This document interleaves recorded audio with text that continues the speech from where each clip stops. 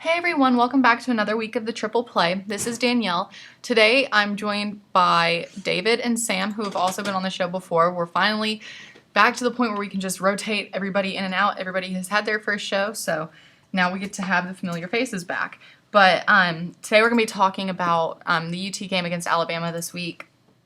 Not as big of a loss as most people were predicting, so that was really good. A lot of different changes have come to the NCAA right now with football. There were some big losses this week, as well as some big wins.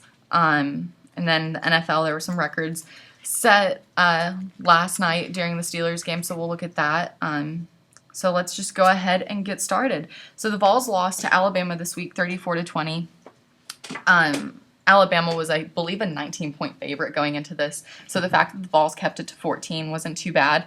The Vols were down by 27 at one point with about 3 minutes left with 3 minutes into the second quarter, Josh Dobbs, superb this week, I'd say. I know we had Peterman starting. Peterman was in for maybe like a series and a half, I would say, but not too bad for Dobbs. No, he's looking like he's going to be the face of the future once Worley leaves after this year.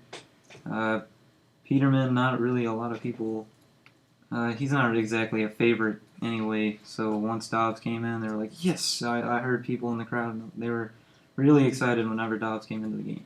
Yeah, and I take back what I said. Dobbs actually came in for the third series, and then he stayed in after that. He was 19 for 32 for 192 yards, 2 touchdowns, and 1 interception.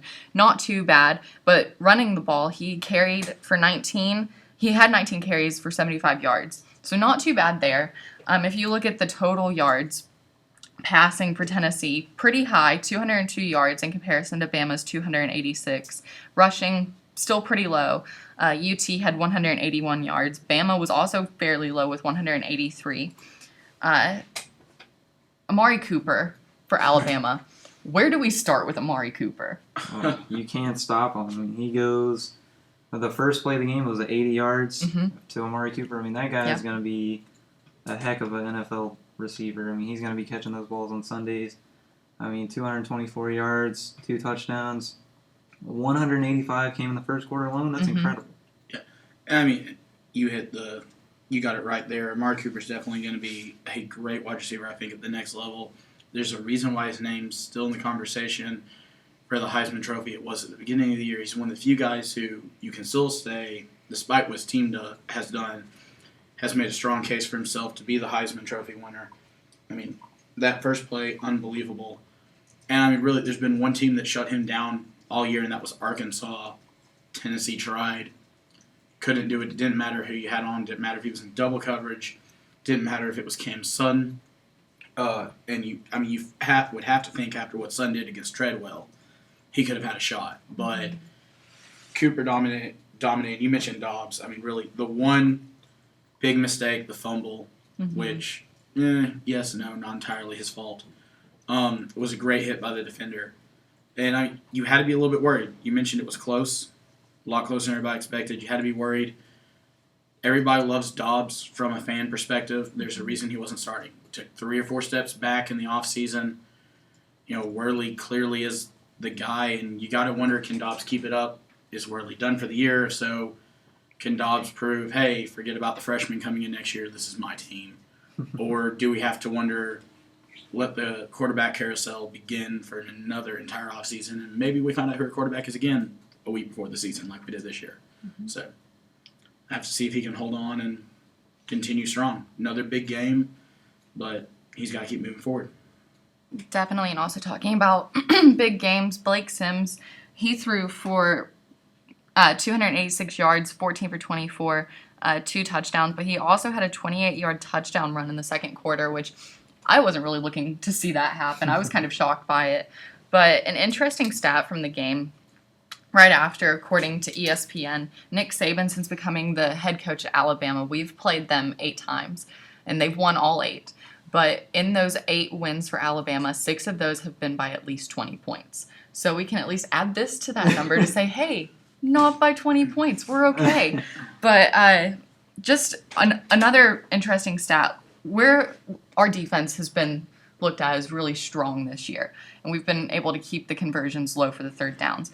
But for Alabama, they were 11 for 15 on third down conversions. The Vols were just 11 out of 19, not too bad, but you have to stop an offense like Alabama's. Yeah, it's hard. I mean, Blake Sims really did it with his feet towards the end of the game whenever we were trying to come back, and we were down, I believe, 3 scores at the time, and then there was a crucial third down coming up for Alabama to keep the drive going. And Blake Sims was doing it with his legs when he wasn't doing it through the air. And that's part of the game, dual threat quarterbacks, and it's always hard to stop a dual threat quarterback, especially someone like Blake Sims. Yeah, I mean, we got pressure on him so many times, and you thought you could hear the stadium just get ready to explode for a sack, and he'd escape. Mm-hmm. And from a Tennessee perspective, that's something we haven't seen this year with Whaley at quarterback. We got to see that a little bit with Dobbs. Mm-hmm. Extending the play, making plays with his legs. The defense, once again, another pretty solid performance. And the offense actually kept it closer. Mm-hmm. I mean, Dobbs and Peterman threw the ball to 8 receivers. Mm-hmm. And we threw the ball all over the place. Everyone, for the most part, caught the ball. And it wasn't just one person. I mean, Hurd had 6 catches. Yeah. We found a way to get him more involved in the game. Wish AJ could have punched it in the beast package. Mm-hmm. That would have just been great. But, still a good game by the offense and the defense. So a lot better than what we're used to seeing against Bama as of late. Absolutely. And it's also time for us to go ahead and address the elephant in the room. Kiffin was back. It had to come up at some point. Granted that the offense was led by Kiffin. The first drive for Alabama with the touchdown, in some ways, whenever it happened, all I could think of was Kiffin saying, "That's the exclamation point. That's what I needed." Yeah.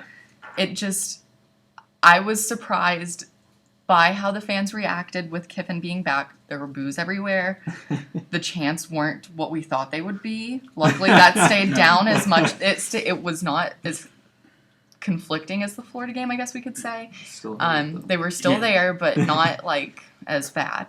Really only heard it come clear one time. Yeah, so that was the beginning of the game, too. Yeah, exactly. I was really afraid Tennessee was going to look like the least classy of the two, but hey, thank you, Alabama. You took care of that problem for us from the beginning of the game. Run out a little early.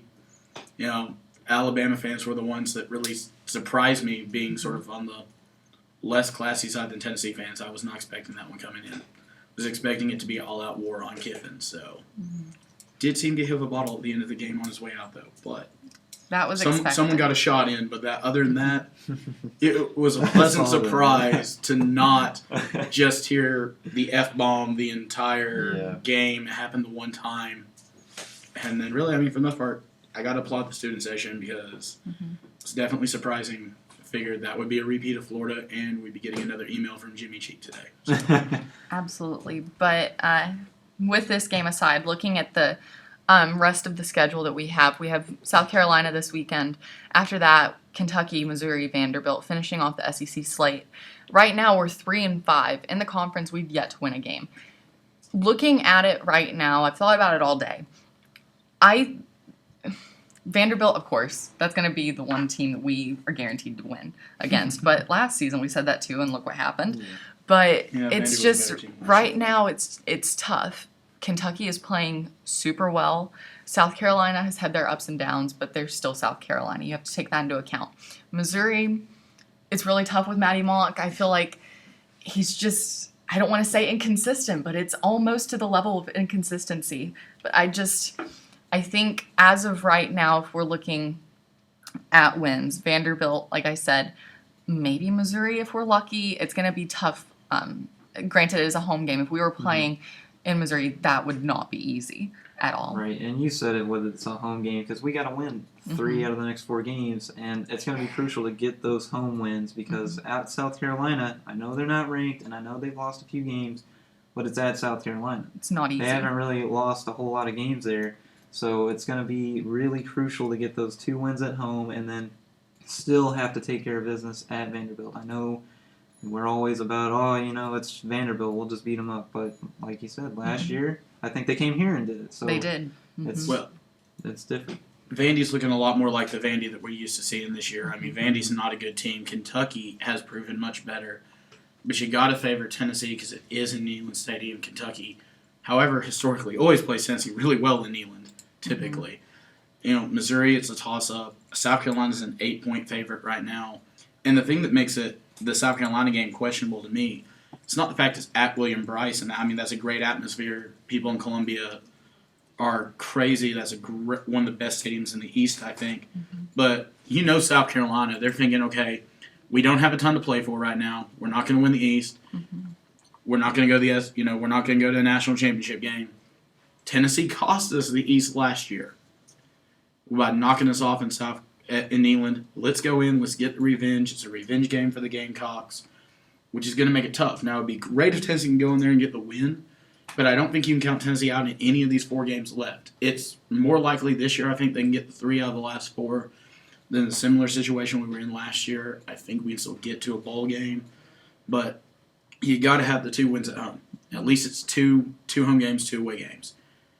And at Vandy, hopefully the fan base travels well. If we're haven't lost 2 of them already, we still have a chance if it comes down to Vandy. Hopefully the fan base takes well. The whole Checker Vandy thing that happened a couple weeks ago.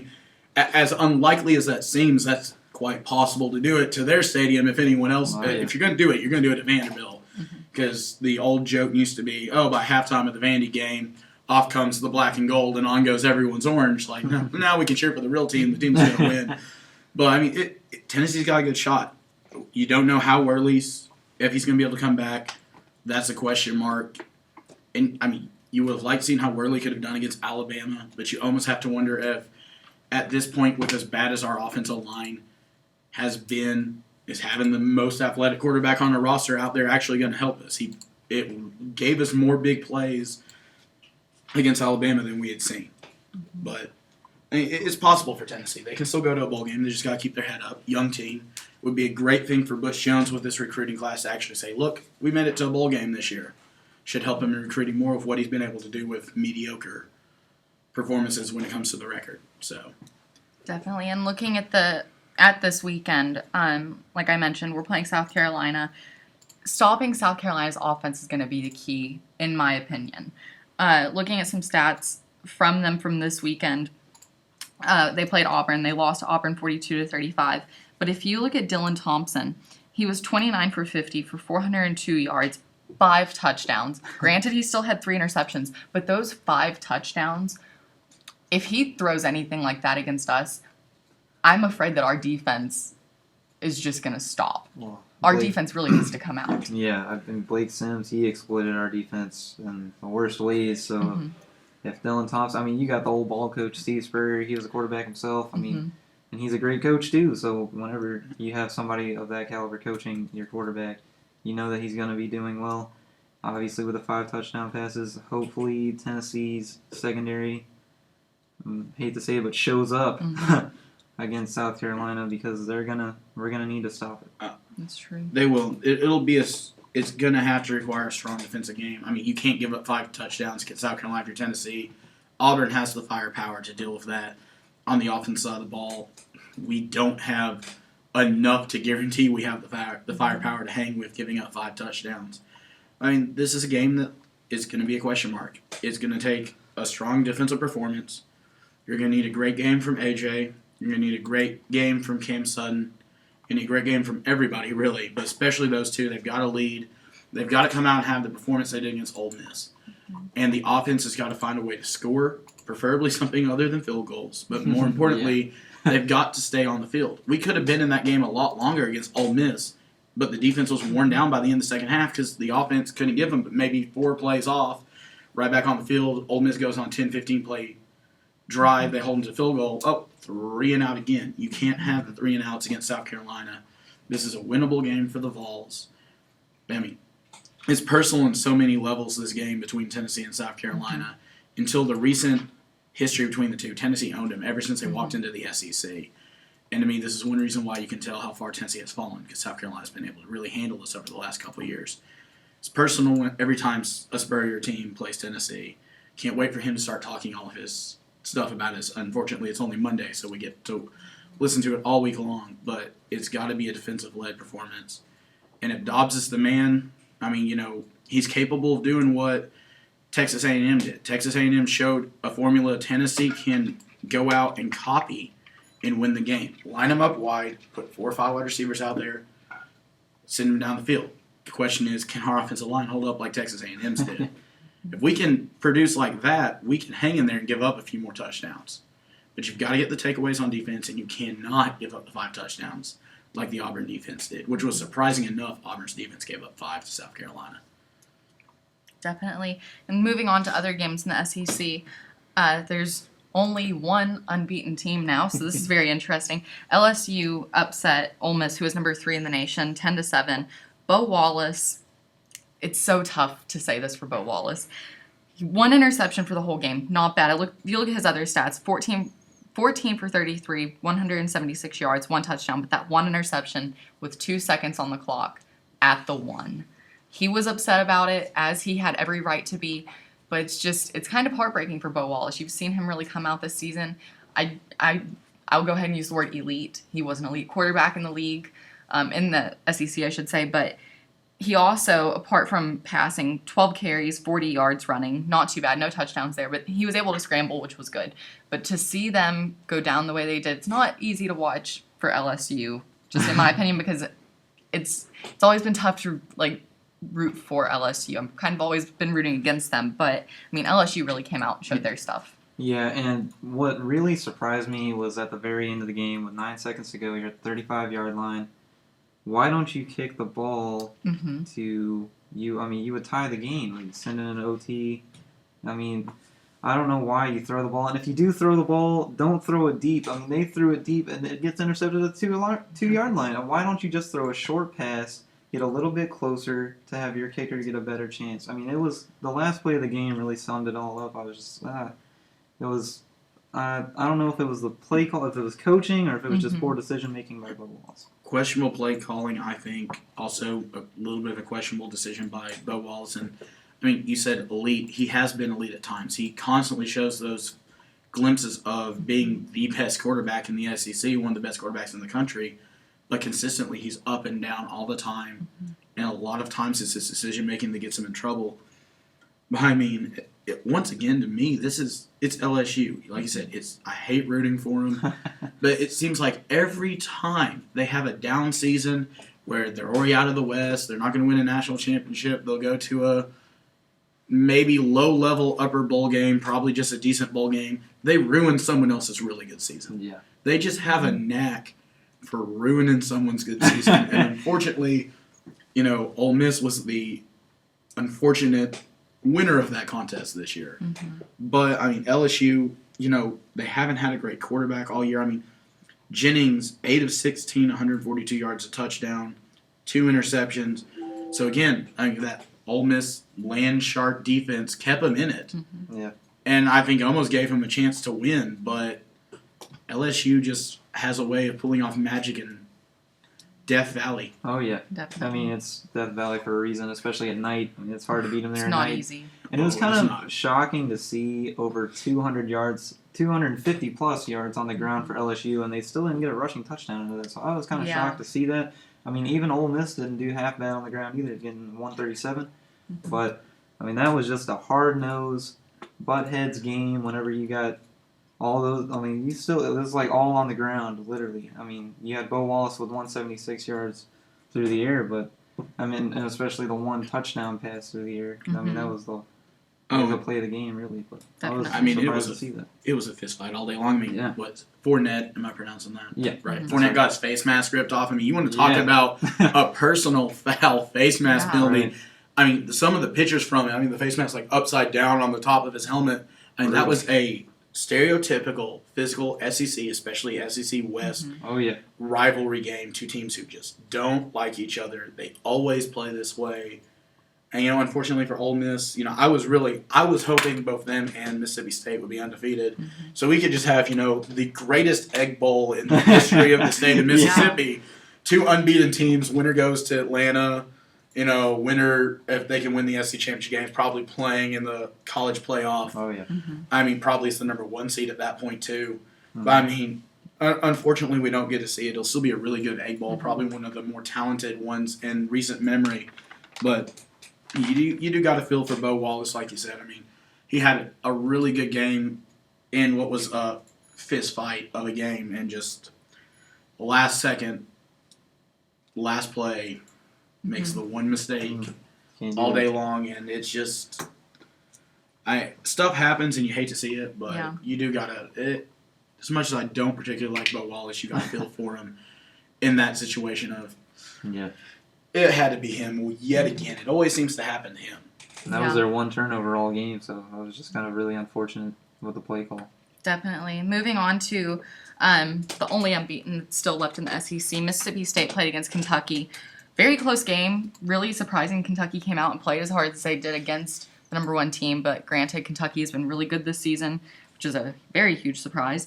Dak Prescott from Mississippi State, 18 for 33, 216 yards, 1 touchdown, 1 interception, all in the air. Not too bad. But if you go to his rushing stats, 18 carries, 88 yards, 2 rushing touchdowns. That's a quarterback who really knows how to work both sides of the ball. But if you look at Kentucky, Patrick Towles was not going to just let Dak Prescott show him up. Passing alone, Patrick Towles was 24 for 43, 390 yards, 2 touchdowns. And whenever he was on the ground, 23 carries, 76 yards, 2 touchdowns there as well. Let's move to the stats for that game, because this is where it gets a little mind-blowing. Oh, yeah. I'm still in shock. We'll start with rushing. Kentucky, as I've noted before during the season, Kentucky is supposed to be known for their running game this year. They are really coming out, running the ball. They have speed that I haven't seen from a Kentucky team in years. They only had 103 yards rushing this game. Mississippi State, 326. Not much of a surprise. But if you look at passing, this is where it gets weird. Shocker. Mississippi State, 216 yards passing. Kentucky, and I'm not joking, 401 passing yards. Where is this coming from Kentucky? Is there some kind of magic in Commonwealth that we don't know about? Because if that's the case, then I'm glad we're not playing in Commonwealth this year. And I've never said that in my entire life, because my dad's a Kentucky fan.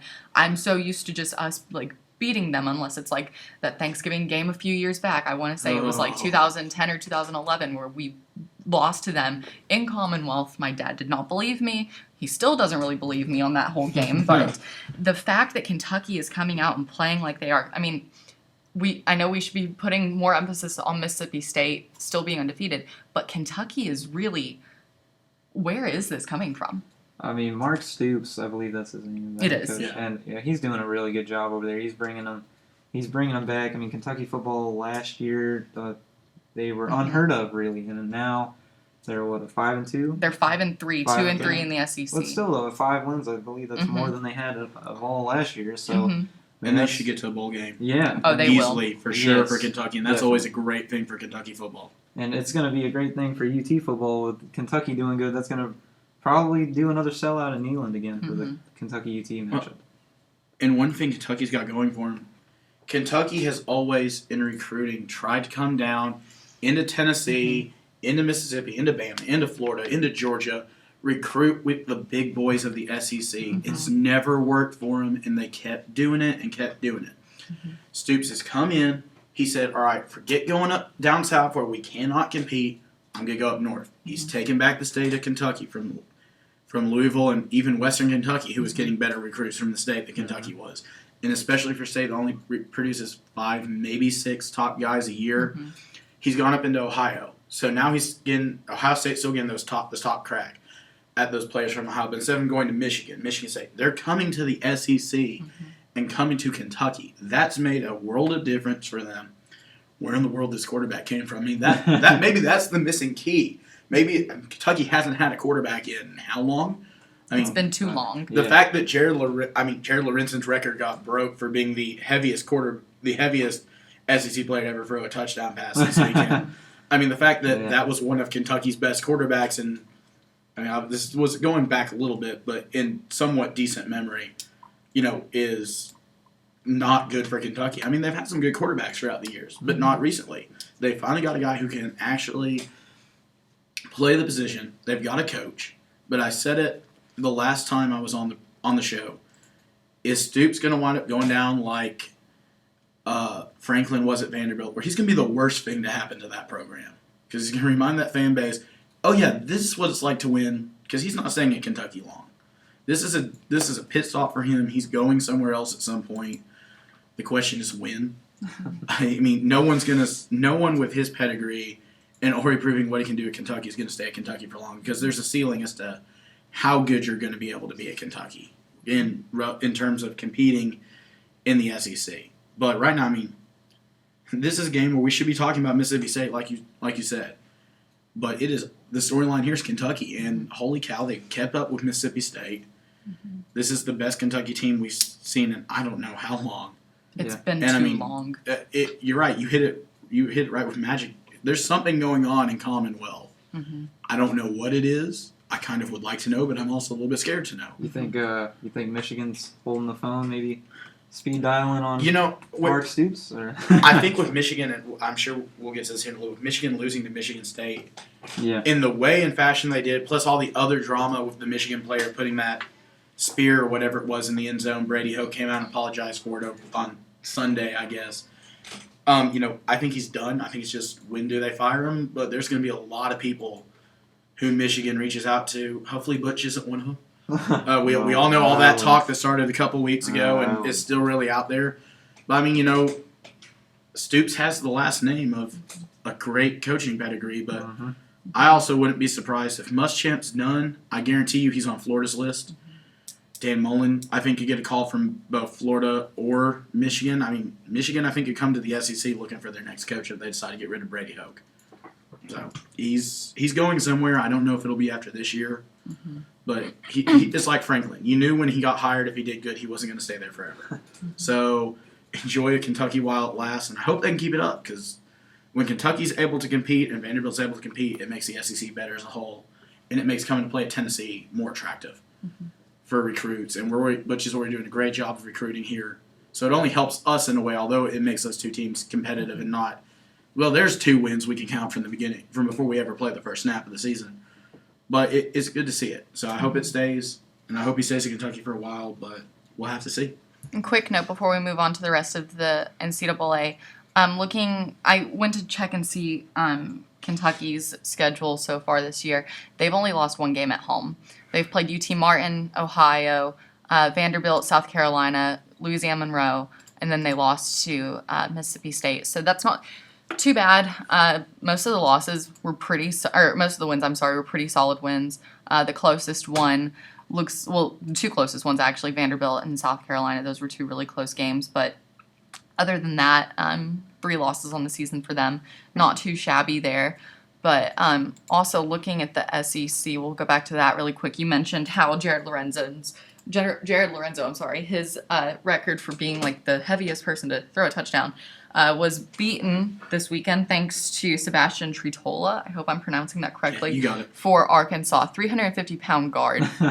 Pretty interesting. And it was a solid pass. I'll give him that. It was a great play. I loved watching that. But Arkansas went on and just routed UAB 45-17. Vanderbilt still struggling. Lost by 10 to Missouri at Missouri, 24-14. Also, like we mentioned, Auburn beating South Carolina 42-35. So pretty much this weekend went as expected, I would say, for the SEC. But still, I think the biggest shock is Kentucky. Well, you could also say LSU, but with it being a night game in Death Valley, most people saw this upset coming. We knew that Ole Miss was going to fall at some point. But so yeah, SEC, shocking, I guess you could say, but still pretty much the same. But we'll go ahead and move to the rest of the NCAA this weekend.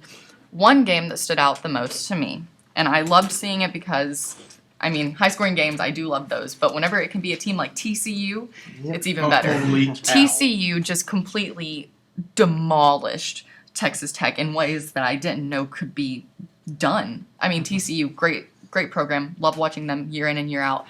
82-27. 82-27. I'm not lying. That is real. TCU just came out dominated. If you look at their total yards, 785 total yards for TCU in comparison to Texas Tech's 446. Passing alone for TCU, 480 yards, rushing 305. not bad. Third down conversions, they went 500 on those, 8 and 16. But penalties, 10 penalties against TCU.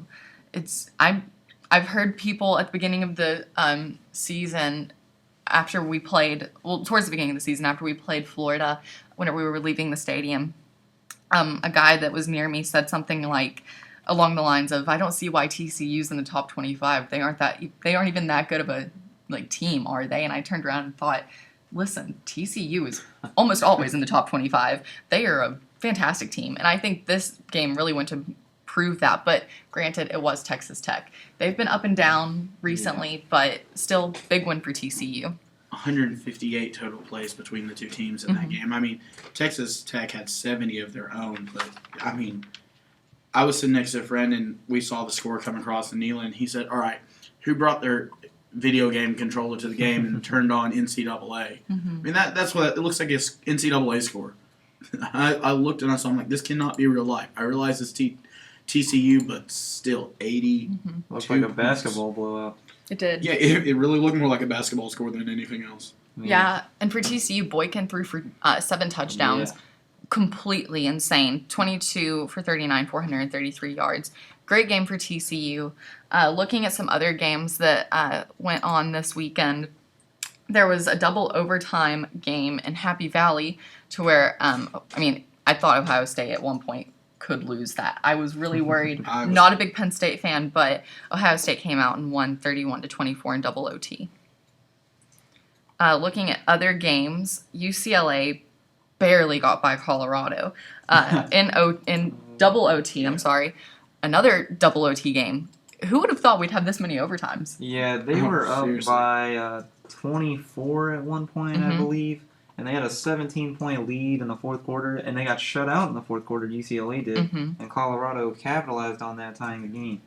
That was just kind of, it threw me off guard. I saw that on the bottom line. At first, I saw the recaps, and they were like, "Oh yeah, it's a 24-0, looking like UCLA is taking care of business down here." And the next thing you know, I see the bottom score, and it's tie game, and I'm like, "Whoa, what's going on here?"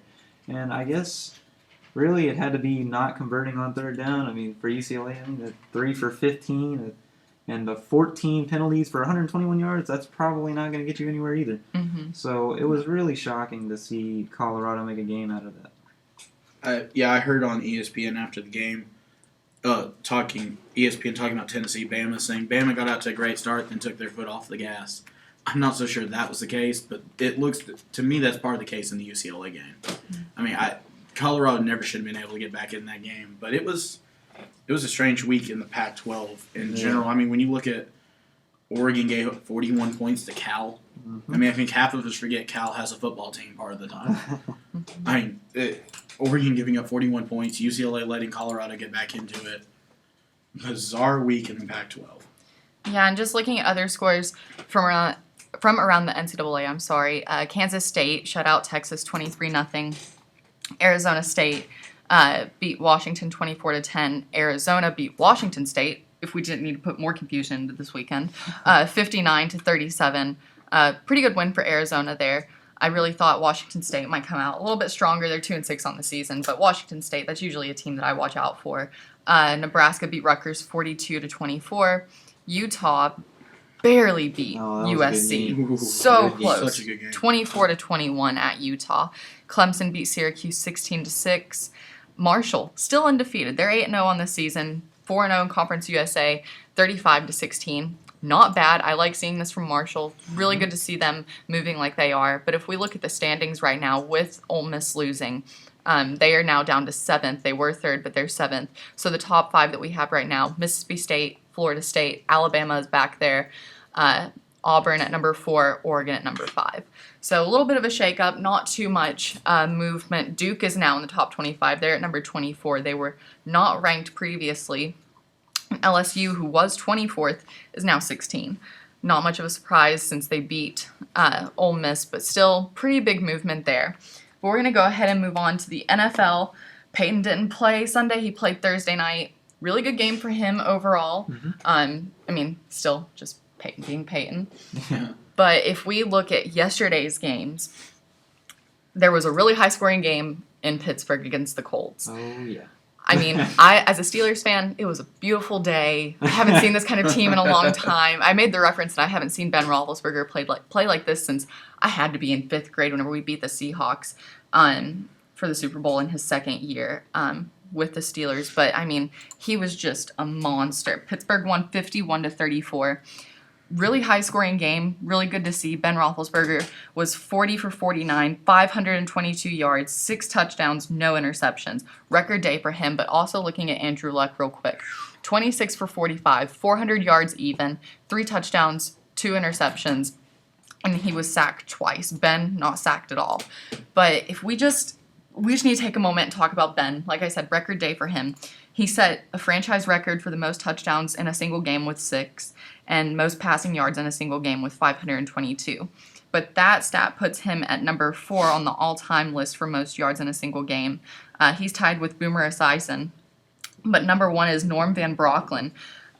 From way back in the day, I want to say like in the 50s or so. 51. Yeah, 51. He has 554 yards. I feel like that's a feat that's not going to be beat anytime soon. That's just incredible. I kind of wish they would have just thrown the ball a couple more times on that last drive. I know they wanted to be good sports, but at the same time, if you're Mike Tomlin, just hand Ben the ball and be like, just go break that record out there. You've had a monster game. Just go ahead and get it all done out of the way in one game. Another note for yesterday, 4 quarterbacks and the same day throw for 400-plus yards. First time it's ever happened. You got Andrew Luck with right at 400 versus when he faced Pittsburgh. You got Nick Foles with 411, Aaron Rodgers with 418, and, of course, your boy Big Ben with 522. And going to Andrew Luck right quick, he is having an MVP type of season. He really is. He beats your boy Ben. He's the next guy in line, but he has 2,731 yards. Andrew Luck does. And the next guy close is Big Ben, like you said. And, I mean, what is it, 6 games in a row with 300-plus? I believe it is, yeah, 6. Yeah, and that's beating his predecessor, Peyton Manning, and that's that's pretty good milestone to surpass. So Andrew Luck, I will not be surprised if he has some MVP votes at the end of the season. He definitely will. And looking at the receiving stats real quick, Antonio Brown, if I haven't mentioned on this show before, I probably should have. He's not a human, in case you haven't noticed that. 10 receptions yesterday for 133 yards, 2 touchdowns. Not a surprise from him. Heath Miller also got a touchdown. Looking at Heath Miller, I believe he had a record yesterday. He joined John Stallworth and Hines Ward as the only players in team history with 500 receptions. If you're in that list with guys like Stallworth and Ward, that's special. I mean, Stallworth, great player back in the day whenever Steelers won 4 Super Bowls, I'm sorry, back in the 70s. And Hines Ward, I mean, he's fantastic. He's one of the best, period, not just for Pittsburgh. Easily. It was, great day for Heath Miller.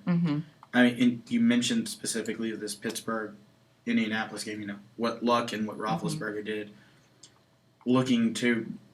Brown, people were saying, what are the Steelers going to do about Emmanuel Sanders? Personally, I benefit from that because I'm a Broncos fan, and especially Thursday night, thank you, Peyton, for throwing him the ball 3 touchdowns. Yeah. But, he's got people in Pittsburgh saying, Emmanuel who? I heard the announcer say during the game, because I watched that one in just about its entirety, say T.Y. Hilton for the Colts and Brown played actually on the same youth football team in Miami, right, I think. You want to look at what the two of them did alone. Hilton, 6 catches, 155 yards, 1 touchdown. Brown with 10 receptions, 103 yards, 2 touchdowns. Each team just had 2 players go off offensively with the quarterback and the wide receiver. The score didn't quite look like you would think it would from some of the stats. It wasn't as close of a game as the stats sort of make it look. Was not the game I think you were thinking the Steelers and the Colts would have. But what an exciting football game to watch. At one point it's like, okay, Steelers are going to go up by like 20. Oh, wait, nope, the Colts bring it back. Steelers going back up by 20. Back and forth, high scoring all day. Great football game to watch. I was surprised to just see 9 points in the fourth quarter after seeing all those points in the second quarter. Really, you got 28 by Pittsburgh, 17 by Indy. The whole second half was just a bit of a downer just because you didn't see as many points being scored. And the Colts didn't get on the board in the fourth quarter either, which it would have made it a little bit more exciting of a finish, I think, and made that game a little bit better if it was a tad bit closer, but hey, great game, and props to your Steelers. It was an interesting game. There were still things that could have been fixed, but hey, that's football. Looking around at the league, Lions had a close one against the Falcons. Played in England early in the morning. If you were up at 9:30 in the morning, you saw a really good game. I know I enjoyed it. Falcons ended up losing to the Lions 22-21. The Lions are 6-2 on the season. That's a surprise. Matty Ice was 20 for 27, 228 yards, 2 touchdowns. Not too bad for him. Matthew Stafford, 24 for 47, 325 yards, 2 TDs. Looking at some other games, the Chiefs beat the Rams 34-7. Titans still just aren't cutting it for some reason. They lost to the Texans 30-16. Mettenberger, 27 for 41, 299 yards and 2 TDs. 2 touchdowns, pretty good for him, but I mean, still, Titans just aren't clicking for some reason. But that was the Texans' 200th win. Yeah. The bright side for the Titans, though, they have struggled at quarterback all year. Mettenberger, most passing yards by Titans quarterback all year. So, obviously, rookie, first start.